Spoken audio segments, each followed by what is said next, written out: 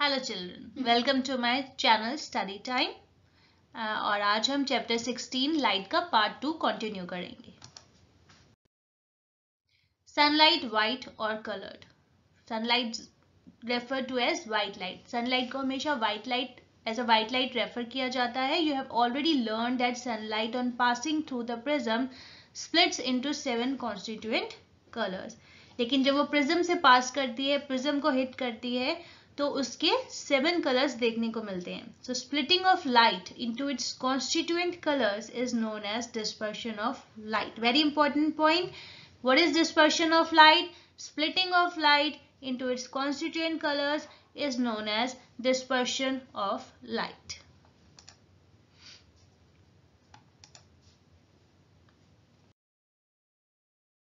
Inside our eyes, the main part of the eye.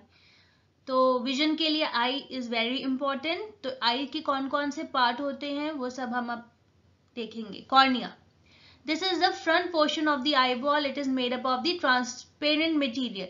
ये जो front part होता है, this is called the cornea, this very front part.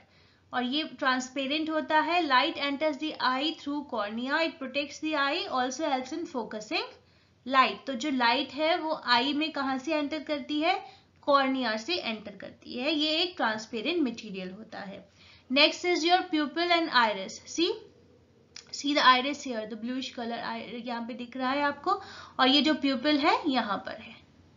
So iris is situated behind the cornea. अब ये जो transparent portion है, इसके पीछे आपका आइरिस है, and it has a hole in the centre known as pupil. और इसके जो सेंटर में होल है, जो होल नजर आ रहा है, तो ये जो है आपका प्यूपिल है। It is a dark coloured muscular diaphragm. The pupil looks black as no light is reflected from it. तो ये जो प्यूपिल है ये ब्लैक दिखता है, यहाँ से कोई भी लाइट रिफ्लेक्ट नहीं होती है। Iris controls the amount of light that enters the I bye adjusting the size of the प्यूपिल।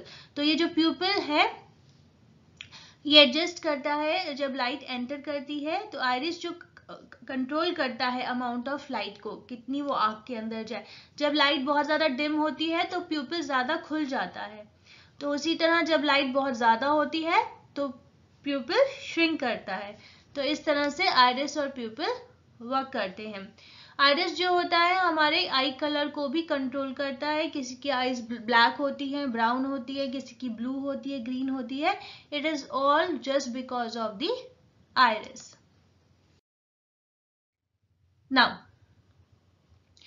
Lens, it is a convex lens made up of transparent jelly like material. ये जो हमारा eye lens होता है ये convex lens होता है और एक जेली लाइक मटेरियल से बनता है। Eye lens held in position with the help of ciliary muscle. और ये सिलियरी मसल जो होता है इसे हेल्ड करने में, उसी जगह उसी पोजीशन में रखने में मदद करता है। Now what is aqueous humour? This is a transparent liquid which fills the eye region between the cornea and the eye lens. अब cornea और eye lens के बीच में एक लिक्विड होता है, transparent liquid, that is aqueous humor. Vitreous humor, it is a jelly-like substance which fills the space between retina and the lens. अब जो retina और लेंस के बीच में जो स्पेस होता है उसमें विट्रस ह्यूमर होता है। रेटिना क्या होता है? It consist of fine nerve tissue and acts like a film in the cornea. तो ये कॉर्निया के अंदर एक फिल्म की तरह एक्ट करता है। Its function is to convert light into its electrical signals and later send down the optic nerve to the brain. तो ये जो ऑप्टिक नर्व होती है सारे सिग्नल्स हमारे ब्रेन को देती है। यही इलेक्ट्रिक सिग्नल्स पहले रेटिना ऑप्टिक नर्व तक पहुंचाता है। Now what is optic nerve? It carries image of objects from retina to the brain. तो optic nerve is very very important. ये हमारे brain तक signals भेजती है। Sclera. This is the white part of the human eye. The white part of the human eye is called sclera. Now yellow spot. What is a yellow spot? It is a spot located in the center at the back of the eye. It contains light sensitive cells like cones and rods, especially the cone. The rest part of the retina has lesser cones and more rods. It helps the eye to have color vision and brightest vision.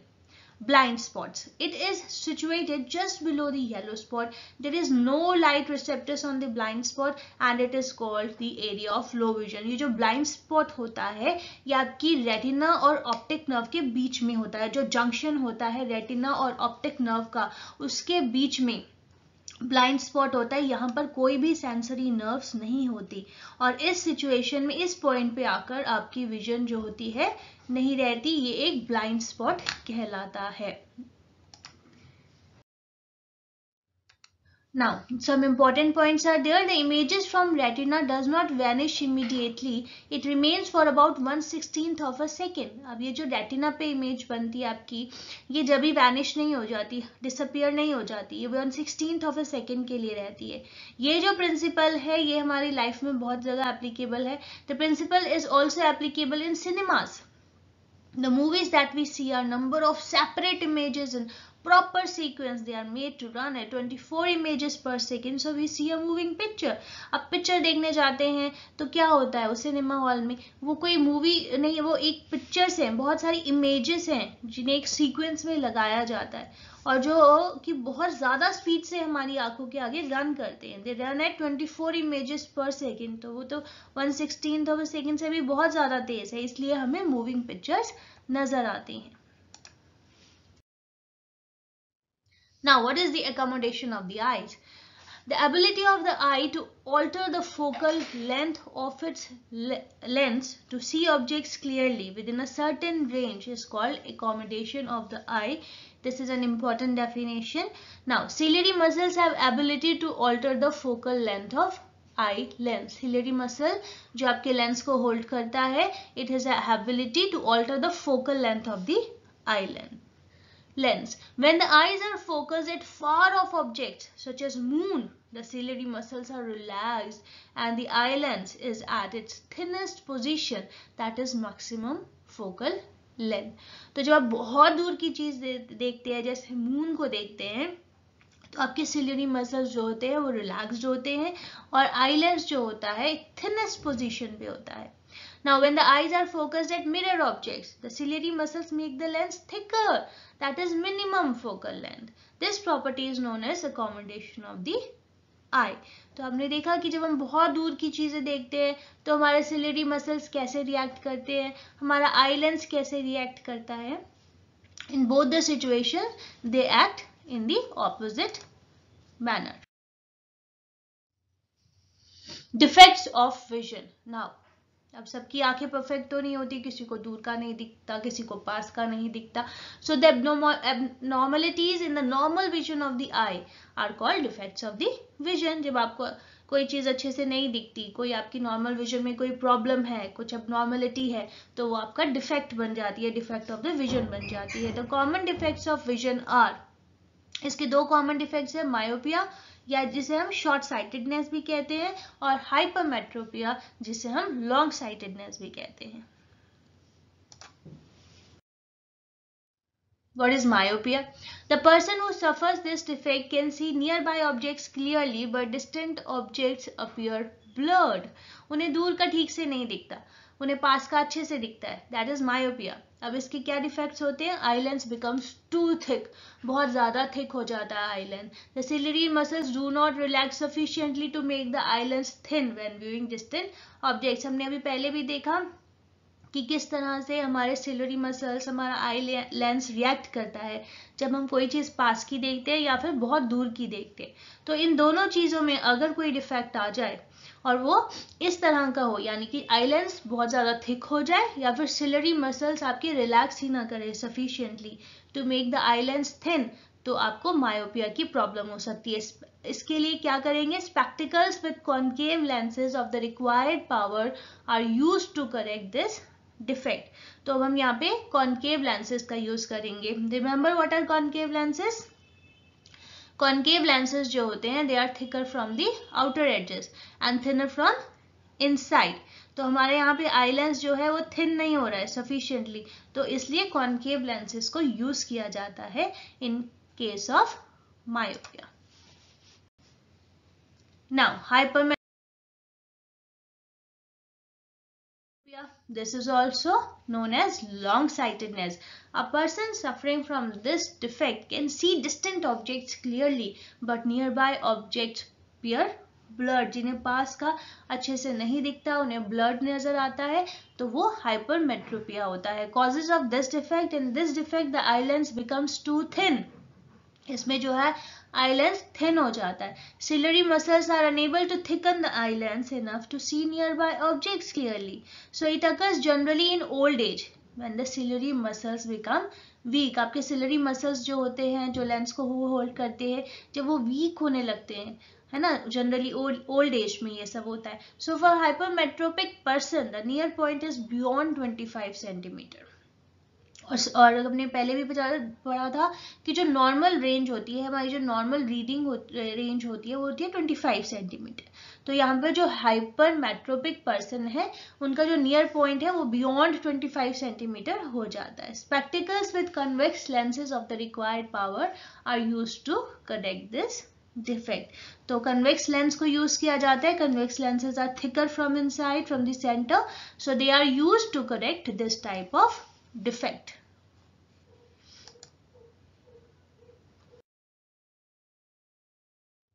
Care of the eyes. Now, do not read or do any work in dim light as or very bright light. तो बहुत ही ज़्यादा dim light में या बहुत ही ज़्यादा रोशनी में भी आपको read नहीं करना चाहिए. If an injury is caused to your eyes, consult a doctor immediately. Do not read in moving vehicles because eyes are strained. जब आप moving vehicle में पढ़ते हैं तो strain बहुत ज़्यादा पड़ता है eyes पे. So wash and clean your eyes with clean cold water at least thrice a day. तो कम से कम दिन में 3 बार अपनी आंखों को साफ पानी से जरूर धोएं. Avoid working continuously in long stretches if the work requires a close look. जहाँ आंखों का काम ज़्यादा हो, you should avoid working continuously. Do not play carelessly and avoid playing with pointed and sharp objects that can hurt your eyes. If anything get into your eyes, do not rub your eyes. Use clean and cold water to clean your eyes. Eyes को कभी भी मत रब करिए, कभी dust चली जाए, कुछ और आंखों में जाए, but use clean and cold water to clean. कुछ science bits है. Some people have brown, some black, some might have light gray, blue or green eyes. मैंने पहले भी बताया, the color of the eyes is due to the pigmentation present in the iris. So when the pigmentation is least, the iris is blue, while the highest pigmentation result in brown color. अब आपको पता चल गया होगा आपकी eyes कैसी हैं. When the pigmentation is least, the iris is blue, and when the highest pigmentation results in brown color. The least distance at which the eye can see the objects clearly is called the near point of the eye. तो जो least distance है जिसपे आप देख सकते हो objects को clearly, that is the near point of the eye. And what is the far point of the eye? That is the maximum distance at which it can see. अब हम कुछ एनिमल्स के बारे में पढ़ेंगे. It's very interesting. See, owls eyes are fixed in their sockets. इनकी जो eyes होती है फिक्स्ड होती है सॉकेट्स के अंदर, बहुत ही कम, बहुत ही लाइट मूवमेंट होती है इनकी. They turn their entire head to see in different direction and they have forward facing eyes which gives them well developed binocular vision. तो इन्हें बहुत ही अच्छा बायनोकुलर विजन मिलता है क्योंकि इनकी फॉरवर्ड फेसिंग आईज होती है. Now owl can see very well at night but not during the day. इसको रात को अच्छे से दिखता है लेकिन दिन में नहीं दिखता. Owl have large number of rods than cones on its retina. तो ये तो था owl, लेकिन काइट और ईगल जो होते हैं इसके ऑपोजिट होते हैं. काइट और ईगल को दिन में बहुत अच्छे से दिखता है पर रात को नहीं. Now, what about butterflies? Butterflies have large eyes that seem to be made up of 1200 of little eyes. They can see not only in front but the back as well. उसकी आंखों को जब देखेंगे तो ऐसा लगेगा कि बहुत सारी आईज को मिलाकर उसकी आई बनी है. तो इससे क्या होता है कि वो फ्रंट और बैक दोनों में अच्छे से देख पाती है. Now what about frogs and toads? They have eyes of different shapes and colors. They can see in night or in day time. तो देखा इन सब की आईज कितनी कितनी डिफरेंट है. Now how about visually challenged people. कौन होते हैं विजुअली चैलेंज्ड पीपल? देखो, sometimes the eye lens, the retina or the optic nerve of a person fails to perform its function. हमने देखा आई के अंदर कितने सारे पार्ट्स हैं, आई लेंस होता है, रेटिना होता है, ऑप्टिक नर्व हमारे ब्रेन को सिग्नल भेजती है। तो इसमें से कुछ ना कुछ अगर ठीक नहीं होगा, the person is unable to see, नहीं देख पाएंगे। Such persons are called blind और विजुअली चैलेंज्ड। कुछ तो बिल्कुल ही ब्लाइंड होते हैं, कुछ को थोड़ा थोड़ा नजर भी आता है। So blindness can be congenital और एक्वायर्ड। तो ये दो तरह की ब्लाइंडनेस होती है। Congenital blindness, in this case the person is blind by birth, ठीक है।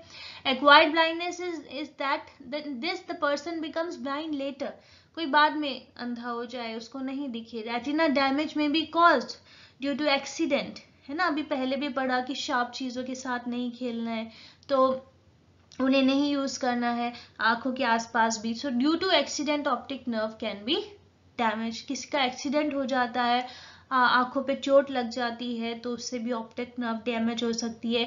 It can be due to disease called glaucoma and also due to cataract. तो इन दोनों डिसीजेस की वजह से भी ब्लाइंडनेस हो सकती है, which is a disease of eye in which elderly persons lens become cloudy and opaque. ये जो कैटरैक्ट होती है ये एल्डरली पर्सन्स को हो जाता है।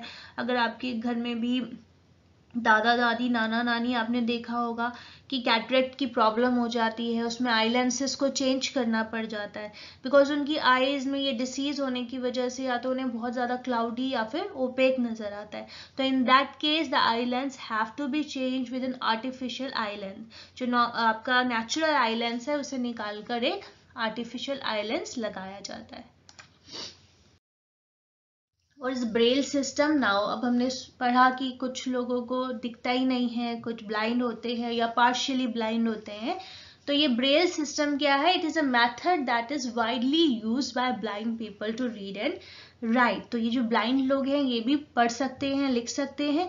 How? By using Braille system. It is named after Louis Braille.